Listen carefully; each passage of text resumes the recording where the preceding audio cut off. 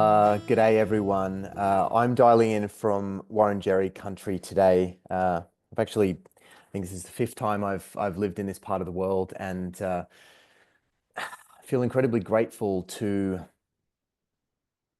you know, be a part of this ongoing unfolding that has been going on in this part of the world with Homo sapiens for tens of thousands of years. And with that, I'd like to pay my respects to elders past, present, and emerging. Today, I'm joined by Yasmina and Ted, and I'm going to ask them to introduce themselves in just a moment. We had a giggle about why, we're employing that tact. I think that'll definitely make sense.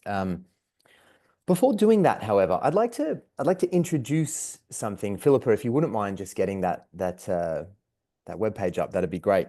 So what you see on your screen here is obviously a post on LinkedIn, and it refers to a tweet from Satya Nadella. If you don't know Satya Nadella, he is the CEO of Microsoft. And he's expressing some fairly concerning and naive ideas. I actually don't think they're naive. I think it's rather tactful, most likely about the Jevons paradox. Now, if you're not familiar with the Jevons paradox, it's worth saying just for now that it's not one of these things like quantum gravity. It doesn't seem to be like an innate part of the processual unfolding of universal process. It's something very different to that. And what seems to be going on here is something like green or ethics washing. And it's kind of an attempt to use a very en vogue topic, i.e. the Jevons paradox, rebound effects, etc., in order to kind of get Microsoft away from some of its core responsibilities. You'll note that of the two images that Catan publishes with his commentary here, on the right, it looks at basically energy consumption and how that's going up in most of the big tech companies. For Microsoft, this is rather obvious, as in like what the cause of this is rather obvious. They're committed. I think they have approximately 200 large-scale data centers right now. They're committed in just the next few years to building another 500. There are very significant biophysical implications and sort of sociological implications for doing so, but they're sort of locked in as an organization to that trajectory. And I use locked in sort of quote unquote slightly facetiously, because they're not. Of course, they have choices, and that's the point that Catan is calling out. And you could argue there's things like sunk cost fallacy at play, but this is probably more like a multipolar trap. And I just wanted to highlight this as an example of something that might be at least in meaningful part related to the topic of ethicophobia. I would like to extend the beautiful acknowledgements that you both made to the traditional owners of this land. I'm also joining from Wurundjeri country. And who am I? I'm a Homo sapiens. I'm a human being. I've held different roles in the public and private sector in the past couple of decades, always in the climate space, but looking at different angles. So I started from the scientific path as a researcher, and then carried on through different aspects of research, but moving away from science and more into collaborative spaces and the importance of recognizing the importance of partnerships when we're dealing with these complex issues, and being able to look at how we design collaboratively research and innovation programs in the climate mitigation, adaptation, and resilient spaces. I'm Ted Lechterman. I am a philosophy professor at IE University in Spain, where I hold the UNESCO chair in AI ethics and governance. I specialize in political philosophy and applied ethics, and have done research and teaching on business ethics, the ethics of philanthropy, and especially the ethics of technology and AI. I have been speaking recently on the topic of ethicophobia in ways both similar and different to Nate and Yasmina. So I'm really excited to discuss some of these issues together, in particular because I haven't been talking about this issue specifically in relation to the climate crisis. So I think that's a fascinating angle for us to explore in conversation. There are so many ways of cutting into this issue.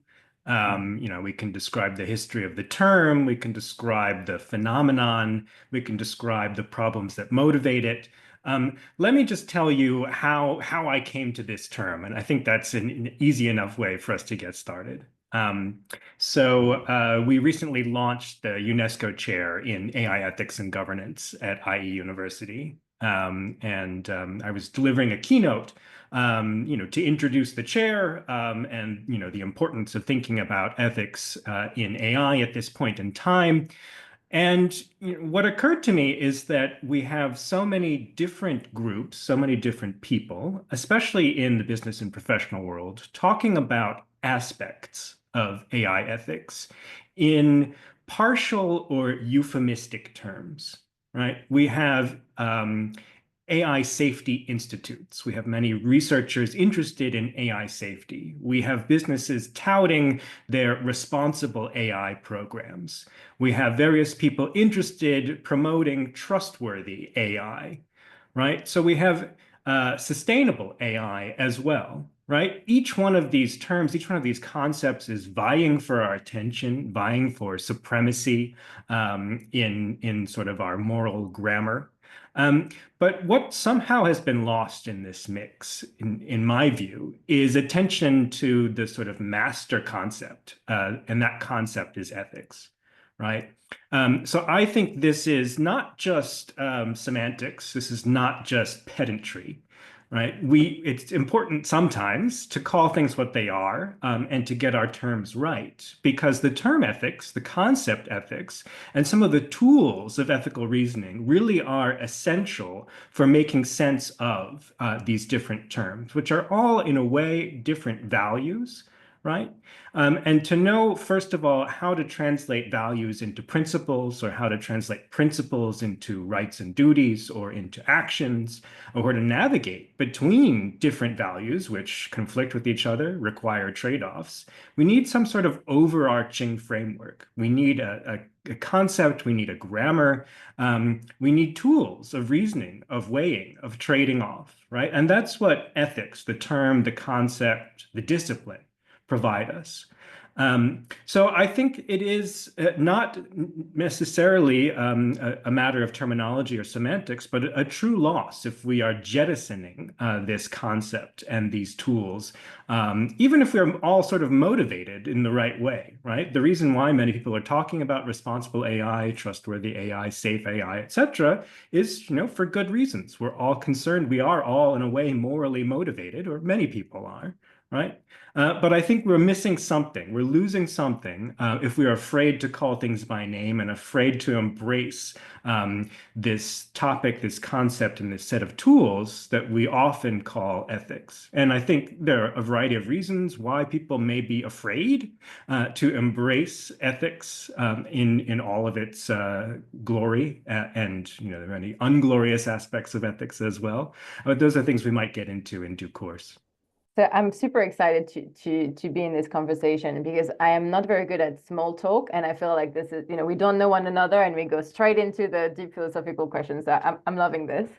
And so I'm really curious, because I think part of the work that I do, and the way that I look at the work that I do, is about asking questions and about trying to understand what are the assumptions that we're making when we're coming at issues, so that then when we're trying to collaboratively come up with ways to move forward, we are addressing the issue that's, kind of underpinning what we're talking about. And so when I'm hearing the term ethicophobia, and since this is the first episode of a series of conversation around overcoming ethicophobia, can I pause us there for a second, just to ask, out of curiosity, what are the assumptions there that are being made in the fact that an ethical, like a fear of ethics. And I hear when you say, Ted, around the loss of that overarching concept and framework and what it's capable of doing. And I remember you talking about being a process. And I think oftentimes people don't really grasp the fact that it is a process, and there's heaps of parallels there with climate change adaptation, and how really it is a process if you do it in a systemic place-based way. Anyways, all of that to ask around, is it fear? And what are your assumptions about the fact that it is a fear of ethics? So phobias, right? We often use that term to describe things like homophobia, for instance, where it's not necessarily a fear of the same or fear of people with particular sexual orientations, right? We're not afraid for our safety necessarily, but it is some kind of aversion, right? And I think that's what I'm trying to pick up on with the term ethicophobia. It's an aversion, and as Yasmina pointed out, over email, it could mean a couple of different things. So the term is a little bit ambiguous. It could mean a fear of ethics, full stop, right? So people are perhaps solipsists or egoists or self-centered in a way, and that could be a form of ethicophobia. But the way I describe the term, or at least what came to mind when developing this term, was really this idea of being averse to ethical reflection, this process of moral reasoning, which is difficult and is challenging. I think, for many of us to engage in. It's messy, it can be conflictual, can be adversarial.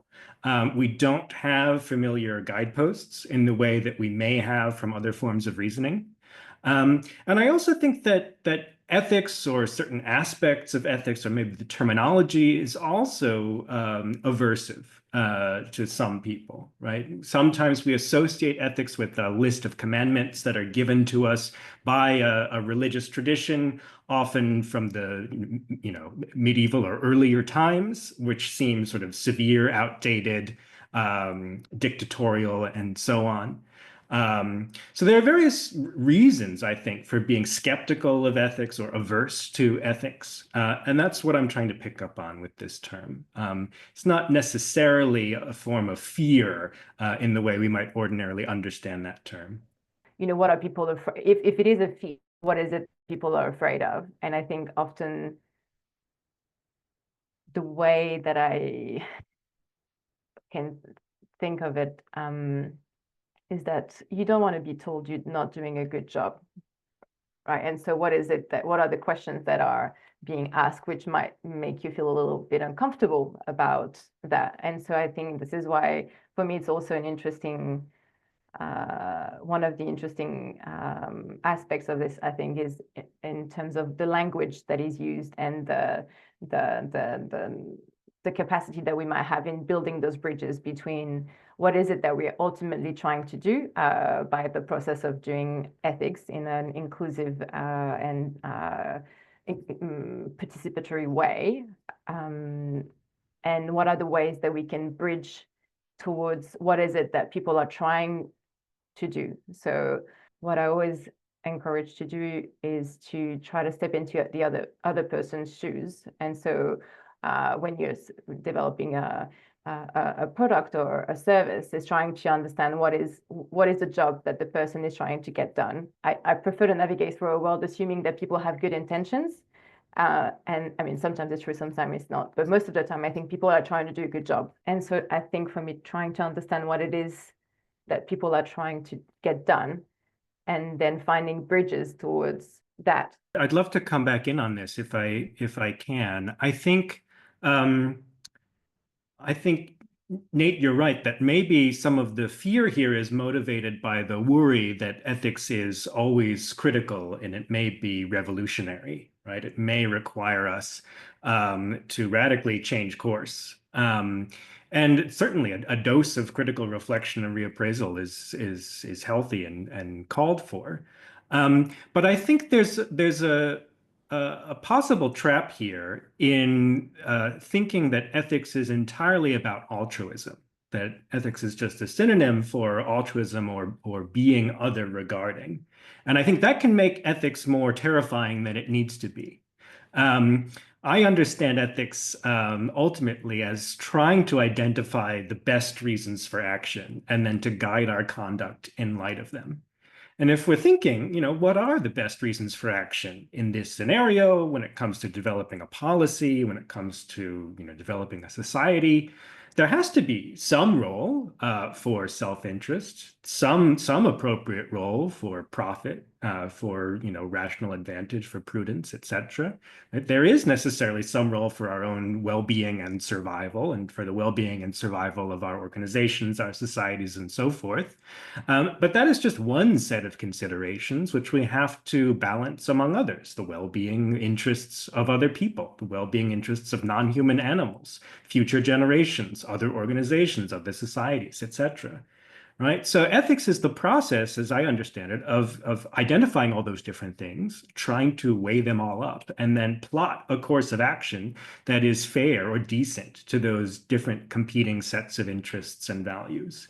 And of course, that's likely, given that the world is slanted towards, particular ideologies and interests, it's likely to require some revision, at least, to the way we currently do things, both personally, organizationally, institutionally.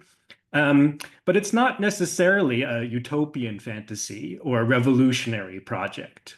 So I don't think people should find it as threatening as some do. I'm almost disappointed by this statement.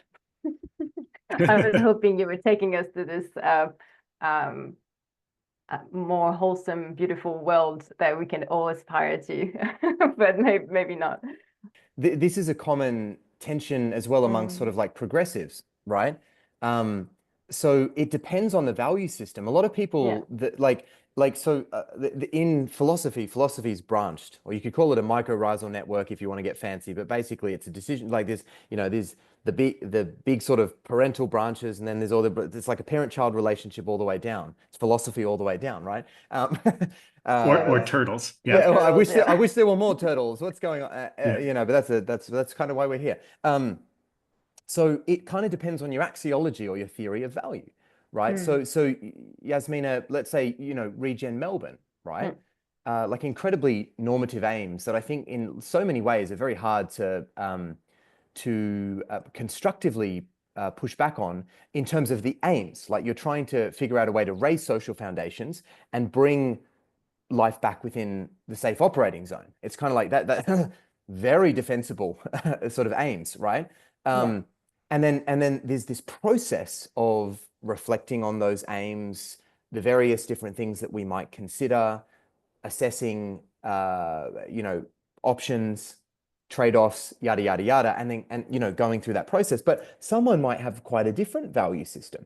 And that's one of the things that Ted, I'd be really interested in your take at some point on this, like that I think often people don't really quite get. They think that maybe there's no value system, like there's this sort of like radical sort of relativism, and there are fancy words, solipsism, yada yada, that you could refer to that as, or this kind of like there's the doctrine type thing, right? Like there's only one set of values, and then you just got to try and enact those, and ethics is that process of enacting them. So I think this, like I'm really glad that you reacted that way, Yasmina, because even in myself, like engaging in this process every day for like well over a decade, like sometimes I'm still like, gosh, I wish we had kind of like more aspirational aims, and then based our processes of reflection, yada yada, and the best reasons for action that guide our conduct based on, so I just wanted to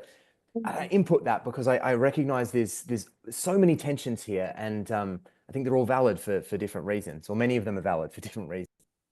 Maybe to bring it back to the meta crisis, one question we might ask ourselves here is, where should the goalposts be for addressing the meta crisis?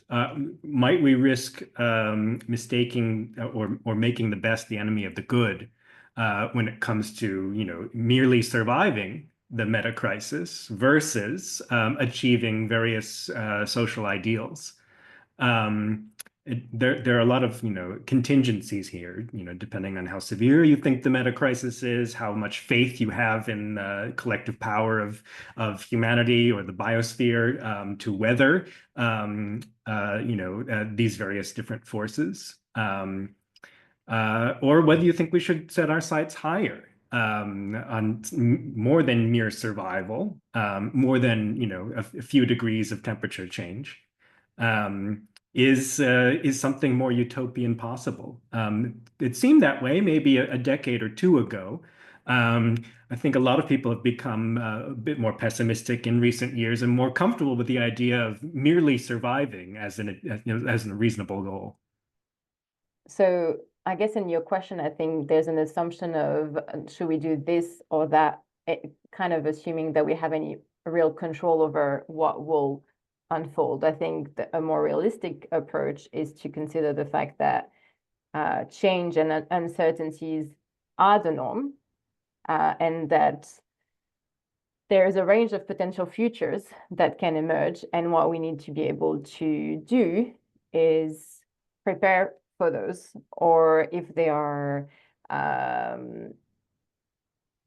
futures that are more desirable, or in a term that Kate Raworth has coined. You were mentioning donut economics before, in that safe and just place that we work towards. The question of, can we make the vision irresistible? Is there something that is beyond a specific value system, something that everybody can agree upon? Perhaps, but the reality is that we have no certainty over the fact that it will go, A, B, or C way. It will, so it's, I think it's what's more important to develop is that the capacities to look at how different futures might unfold and what we might be able to do in the different scenarios.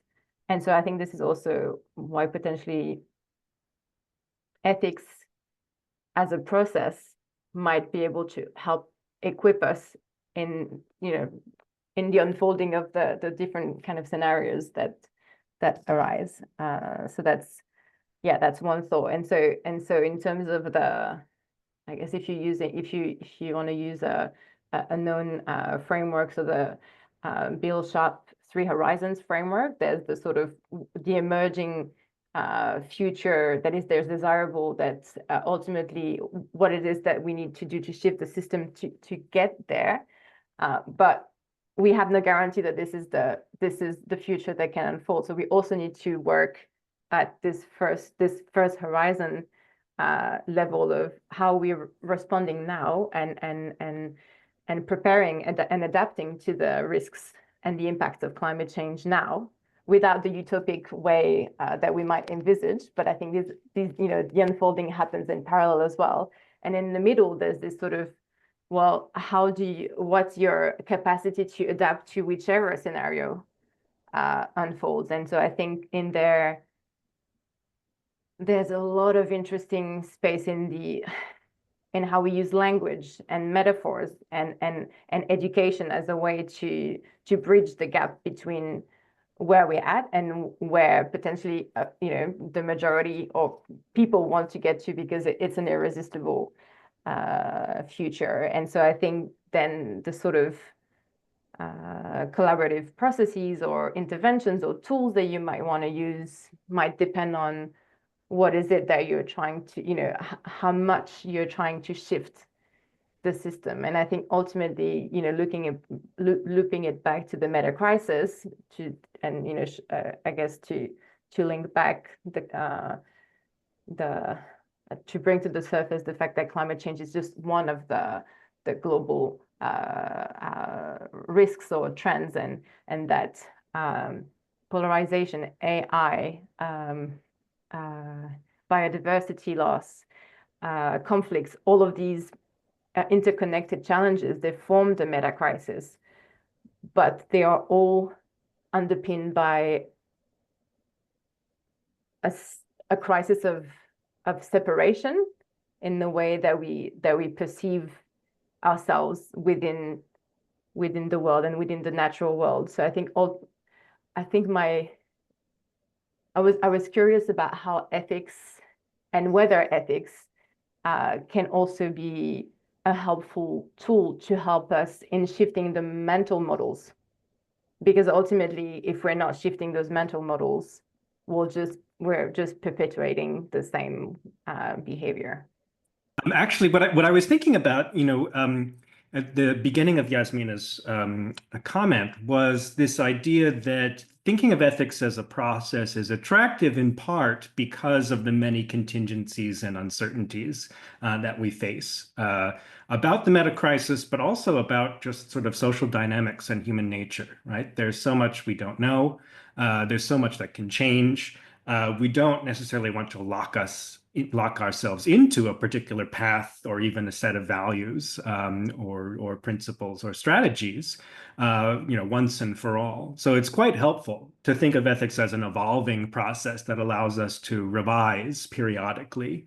And I think, thinking of ethics as a process also responds to a concern that Nate raised a moment ago about, value disagreement. Right? We all, well, many of us disagree, sometimes quite profoundly, about what matters in life, in the world. There's disagreement across cultures, across people, across time, across species, if you like.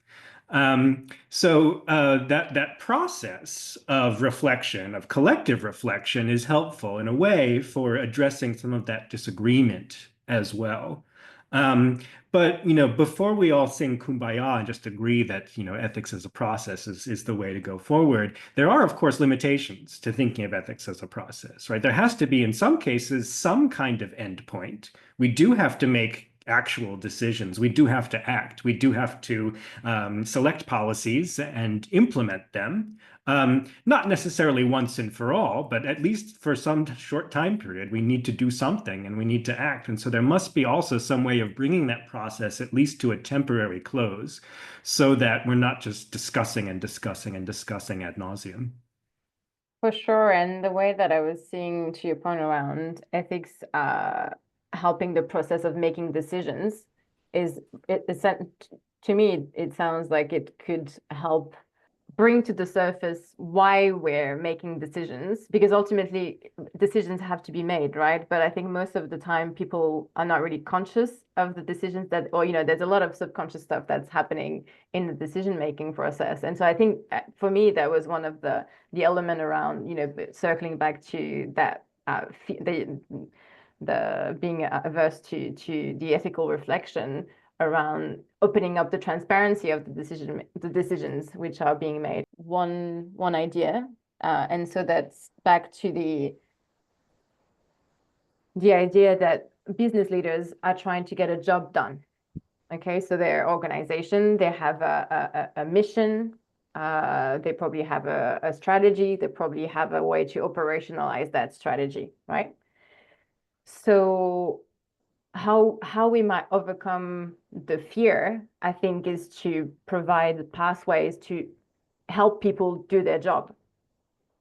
So try to look at what are win-win scenarios that work with, so in alignment with the mission that the business is trying to work towards, and the entire organization trying to work towards that mission, helping provide ways through the process of bringing together the different stakeholders part of that business, or depending on what the goal is.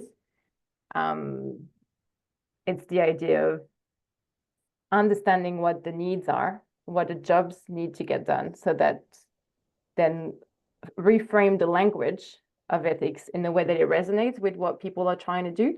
And to me, I think the question of alignment to the vision and to the other person's objectives, I think, is something that's like it's a bridge in that conversation. And if you don't have common language and common ground, you can't go anywhere. So you have to start somewhere. And I think that understanding and that deep listening of what it is that others are trying to do is an important step.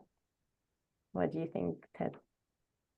Yeah, I would offer a sort of complementary structural suggestion, right? Of course, there's a mindset change that I think needs to happen, and you've very eloquently put it, and a strategic shift that also needs to occur. One thing we might also think about is the way that that ethics is situated or placed structurally within an organization. So some organizations put ethics under a compliance officer or under a legal officer. Or perhaps there's a CSR department that does a bit of philanthropy with after profits are already made, right? I think ethics needs to be moved perhaps into the strategic aspect of an organization. It should be a large part of the CEO's job function. Or the chief ethics officer should be in charge not only of issues of compliance and philanthropy, but also the sort of strategic direction of an organization, helping an organization think about, reflect on, and choose the best reasons for action. And not only compliance with industry standards, not only doing a bit of philanthropy on the side, right? Thinking about how we bake ethical reflection and ethical reasoning into the DNA of an organization. I would just ask, for a distinction about the exposure therapy, because there are two ways we could think about it. One is exposing managers to two forms of Socratic dialogue or whatever your preferred method of sort of ethical engagement and reflection is. The other would be exposing organizations to a different way of doing business, right? An organization that's primarily profit-centric, expose that organization to a different set of metrics or to a different set of strategies for 1 year, 5 years, 10 years, etc. Then compare the performance over time. Look at the lessons learned. What is the quality of life for various stakeholders? How are the various perceptions of the organization? What has happened to the bottom line in those two periods of comparison? That might be another way of thinking about exposure therapy, right? Exposure of people versus exposure of organizations. Mm-hmm. Yep, absolutely. And I think there's a lot to be said about that, mate, in terms of and I really wanted to tease this out, but we just didn't get the opportunity because you have a professionally trained scientist and a professionally trained philosopher. There is, in my both experience and opinion, there is a significant disconnect and often a very unhealthy relation between philosophy and science, which is so weird, given the kind of like socio-historical context of these two quote unquote things or endeavors or whatever we want to call them. But yeah, I don't know, I'm wondering, there's a number of questions on here. I might, rather than indulge my own curiosities to pick your brains, there was another question that I might put to you both. David has asked, does your understanding of ethicophobia also encompass the way in which people, especially young people, are finding themselves like hares frozen in the headlights, so to speak, unable to decide and act and even plan their lives, have children, etc., because they're confronted by such bad news about climate, nature, etc.? I'll do the talking and then I'll pop in a link which might be helpful. There's a climate psychologist, René Lechterman, who talks to different kinds of climate sentiments or behaviors. And so there's essentially, they're called the 3 A's. And so it's around anxiety, ambivalence, and aspiration. And I think it talks to your question in a way that it, the question of is it purely, or the way that I'm understanding this is this fear paralyzing us? Is it so overwhelming that then we don't know what to do? And so I think there's a bit of nuance there. And so in this 3 A's, so the ambivalence, sometimes it might be that we have conflicting priorities, and we all do. And so it's like, well, how do you make decisions when a part of you thinks this and a part of you has to do this? And so I think there's a bit of nuance there between, I guess, the what can cause lack of action in terms of what needs to be done in terms of the climate crisis. And I think one of the things, I don't know if one of the things that I have found helpful, because I personally think for my own mental health, for having worked in this space and thinking about climate change like all the time, is actually looking at ways to bring in joy. And it might sound like a naive, superficial way, but for me, it's a really profound way of living a life that's worth living, and really appreciating life for what it is. And I think to that, it was one of the reflections that we didn't really get to talk about, but I think in terms of where we might place ethicists as part of an organization. I think there's also there's a part of joy in this, like, because it's all very doom. It sounds all, I don't know, that is there a way to make this and it's something that people actually want to do? So I think we only live once, and there's very complicated issues we need to address, but can we sprinkle some deep sense of appreciation of life and joy into this? I think for me, at least, that's one of the tools that I use in my life and in the way that I lead projects. Hope that makes sense. YOLO, people. Over to you, Ted. Yeah, I think this plays into another misconception that people often have, which might motivate a fear of ethics, which is that ethics is primarily about, telling us what we cannot do, right? Ethics is merely about prohibitions, right? So organizations, of course, want to pursue various strategic goals, mostly around profit, and ethics is there to tell us what roads are blocked for us. But that is, of course, not correct, I think, or not a good way of thinking about it, because ethics is also about, promoting positive things in the world. It's about building the kind of world that we want to live in, that we want to see. It's about promoting the good and reducing the bad, right? These two things in tandem. So joy, of course, is a natural part of identifying and targeting the good things in life, and creating meaningful states in the world is a joyful process. It's joyful to experience, and it's joyful to bring about. But maybe just to tie things back to David's question about the paralysis that young people, I think all of us really face, in looking at the complexity of the world, and especially the many sources of fear and consternation.